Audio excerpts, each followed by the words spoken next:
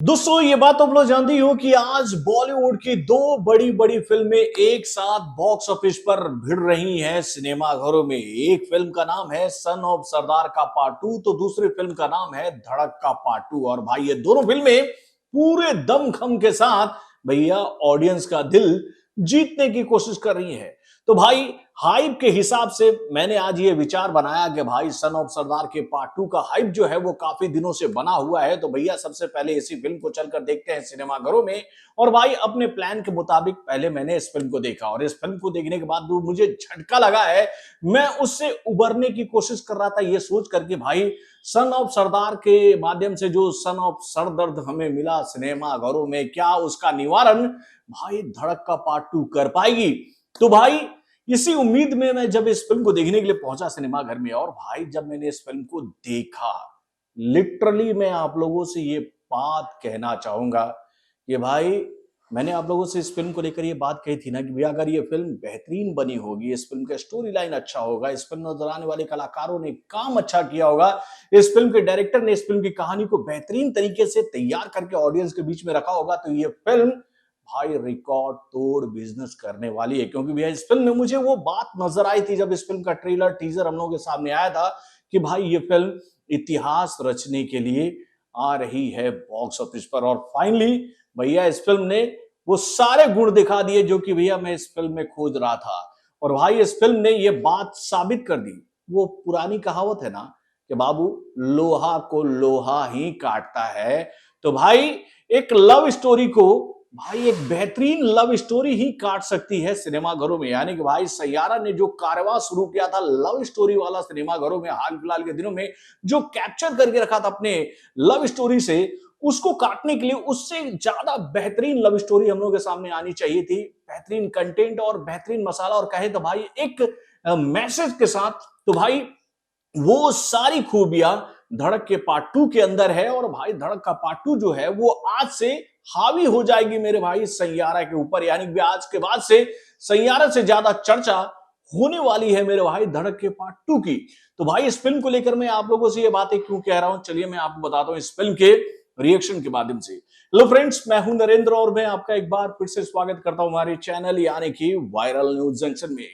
तो दोस्तों क्या कहूं मैं इस फिल्म को लेकर, क्या कहूं मैं आप लोगों से इस फिल्म को लेकर कि भाई इस फिल्म ने मेरा दिल 101% जीता है। तो भैया इसका जवाब मैं आपको कुछ इस तरह से दूंगा कि भैया 101% नहीं बाबू, 201% इस फिल्म ने मेरा दिल जीत लिया मेरे भाई। दोस्तों इस फिल्म की कहानी जिस मुद्दे को आप लोगों के सामने लेकर आ रही है उसके बारे में कभी कभी जानकारियां आप लोगों के सामने भैया कई सारे न्यूज चैनल्स के माध्यम से आते ही रहे होंगे। आप लोगों ने ऐसी कई सारी खबरें देखी होंगी कि भाई एक दलित इंसान की बारात जो है वो कहे तो अपर कास्ट के लोगों के बीच से गुजर रही थी, और वो जो दलित बच्चा था, जो दूल्हा था उस बारात का, वो घोड़े के ऊपर चढ़ा हुआ था। तो भाई अपर कास्ट के लोगों ने उस बारात को रुकवाकर उस दूल्हे को जबरदस्ती घोड़े से उतारने की कोशिश की। यानी कि भैया ऐसी कई सारी खबरें हम लोगों के सामने आती ही रहती है आज भी हमारे समाज से कि भैया हमारा समाज जो है वो बटा हुआ है अपर एंड लोअर कास्ट में, और यही कहानी ये फिल्म लेकर आ रही है।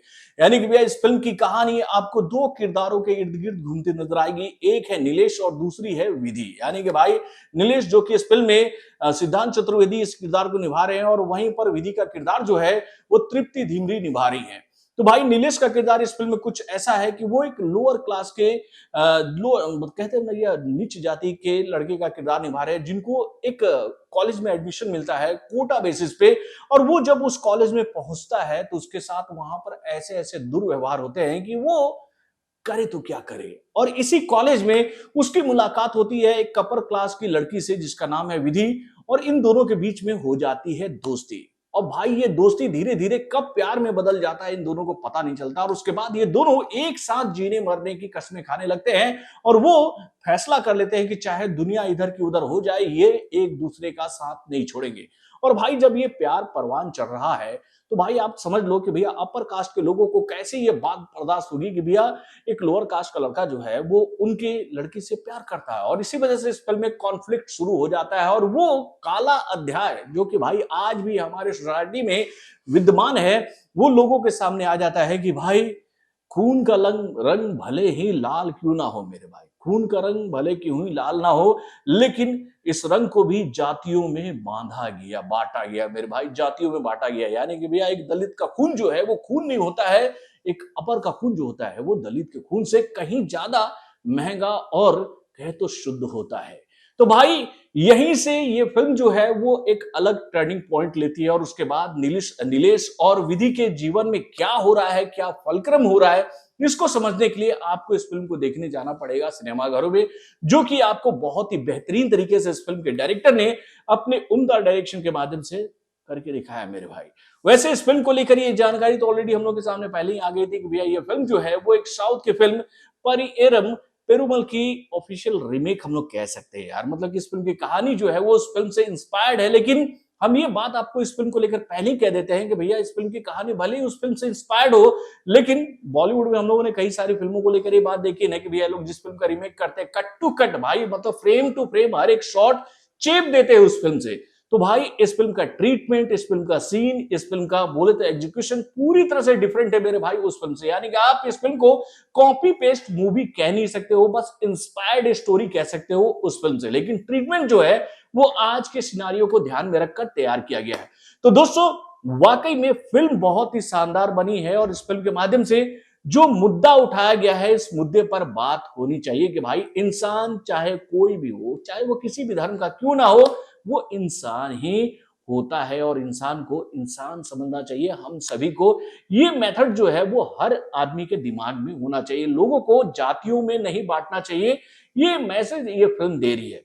तो भाई इस फिल्म में नीलेश के साथ क्या क्या घटनाएं हो रही है, और भाई जब नीलेश कहते हैं ना कि एक सीमा होती है यार किसी भी इंसान की सहने की, यानी इस फिल्म में जब आप ये बात देखोगे कि सिद्धांत चतुर्वेदी जो कि भैया नीलेश का किरदार निभा रहे हैं, उनके साथ इतने सारे अत्याचार होते हैं कि भाई अत्याचारों को सहते सहते वो कहते हैं ना कि सीमा जो होती है, जब वो अत्याचारों की सीमा ऊपर हो जाती है तो उसके बाद नीलेश जो है अपना अवतार दूसरी तरफ का दिखाते हैं, वो भी बहुत ही शानदार था। तो भाई इस फिल्म में सिद्धांत चतुर्वेदी ने जो काम किया है ना मेरे भाई, उसको लेकर मैं आप लोगों से एक बात कह सकता हूं कि भैया उनकी अब तक जितनी भी फिल्में सिनेमा घरों में आई है ना, उसमें सबसे बेहतरीन परफॉर्मेंस दिया है यार सिद्धांत चतुर्वेदी ने। क्या किरदार निभाया भैया इस बंदे ने। और उसके बाद भैया विधि के किरदार में नो डाउट तृप्ति धीमरी ने भी दिल जीता है। उसके बाद अगर बात कर भैया सौरभ सचदेवा की, तो भैया उन्होंने भी बहुत ही बेहतरीन काम किया। और उसके बाद इस फिल्म में जितने भी सपोर्टिंग एक्टर हैं उनका भी काम बहुत ही उम्दा है। खास तौर पर भाई विधि के भाई का किरदार यार मजा आया यार। मतलब उस बंदे ने जो किरदार निभाया ना कि भैया कितना हीन भावना मन में होता है यार, मतलब कि अपर कास्ट के लोगों के अंदर वो बात जो उसने उधेर कर दिखाई है ना यार, मजा आ गया उसके किरदार को देखकर।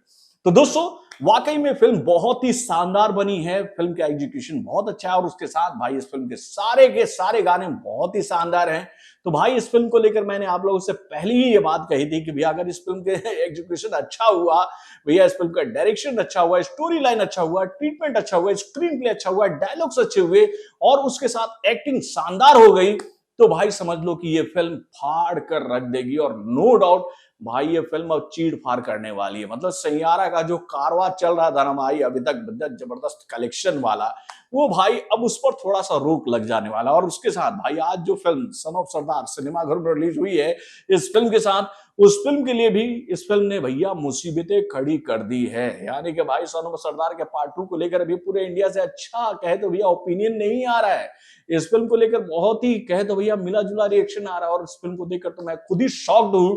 और उसके बाद भाई कल जो फिल्म किंगडम रिलीज हुई है ना, उसके लिए भी भाई इस फिल्म ने खतरे की घंटी बजा दी है। यानी कि भैया इन दोनों फिल्मों को देखकर मैं आप लोगों से बात कह सकता हूं कि भैया वो फिल्म आने वाली है ना वॉर का पार्ट 2 और उसके साथ कुली, तो भाई उन फिल्मों के आने तक भाई अब इन्हीं दोनों फिल्मों की चर्चा होगी, यानी भैया सैयारा और उसके साथ भैया धड़क का पार्ट 2। तो दोस्तों वाकई में बहुत ही शानदार फिल्म बनी है, आप लोग इस फिल्म को देखने जाओ सिनेमाघरों में। इस फिल्म के माध्यम से आपको एक जबरदस्त लव स्टोरी एक बेहतरीन मुद्दे के साथ देखने को मिलेगी, जिस पर आप भी बोलोगे कि यार ये खत्म होना चाहिए हमारे देश से। तो बॉलीवुड से जुड़े और भी कई सारे खबरों को जानने के लिए हमारे चैनल यानी कि वरुण जंक्शन को लाइक करना ना भूलिएगा और हमारे अपडेट्स को जानने के लिए बेल आइकन को जरूर दबाइए।